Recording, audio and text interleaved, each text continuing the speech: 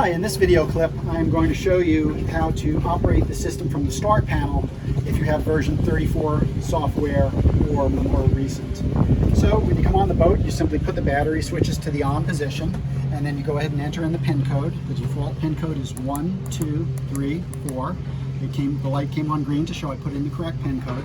And then I'm simply going to press the on-off button to energize the ignition. Press it once, the ignition is on. The way you can tell the ignition on is number one, the orange light is on steady, which means ignition on. And then your dashboard should be coming active as it normally would if you had turned the keys to the first position or on accessory position.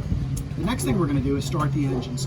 Now we can start the engines one of two ways. The first way we can start the engines is simply by pressing and releasing the start button. And now it's sequentially starting the engines. This is a triple, so engine 1, engine 2, and engine 3. All three engines are now started. It's making this beeping noise and blinking orange in the center because it has not detected the fob yet. Since we started it from the start panel and it is not seeing or detecting the fob, this orange light will blink and it'll make a beeping noise for approximately 2 minutes.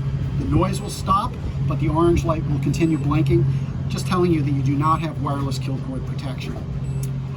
If you came out on your boat and you didn't have your keys and you wanted to go out, well, you would know that basically you would operate it like this and not do anything. But if you did have your fob, you would simply take your fob and press any button on the fob to create the link between the fob and the start panel. As you can see, the green LED turned green, indicating that the two are seeing each other or detecting each other. If I fell overboard, this would go ahead and shut the engines off. That's how you operate and create the connection. I'm going to go ahead and shut the engines off now. So simply press and hold the on-off button, or I could have pressed and held the center button on the fob to do the same thing. The engines are off. Now I want to show you how to individually start the engines from the start panel. So same process, put the batteries on. In this case, I do not have to put the pin code in again because, as you can see, the green LED is blinking once in every 3 seconds.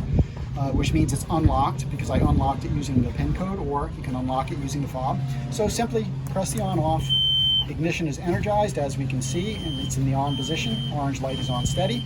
Now, instead of pressing the start button to start all of the engines sequentially, I'm going to press the numbers buttons, and those will individually start engines. So if I press number 1, it's going to start the first engine.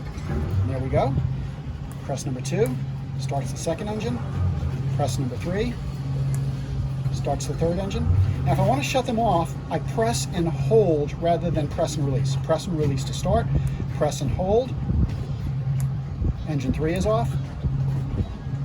Engine 2 is off. And engine 1 is off. And the ignition is still in the on position because all I did was shut off the engines. Press on off once more, ignition off.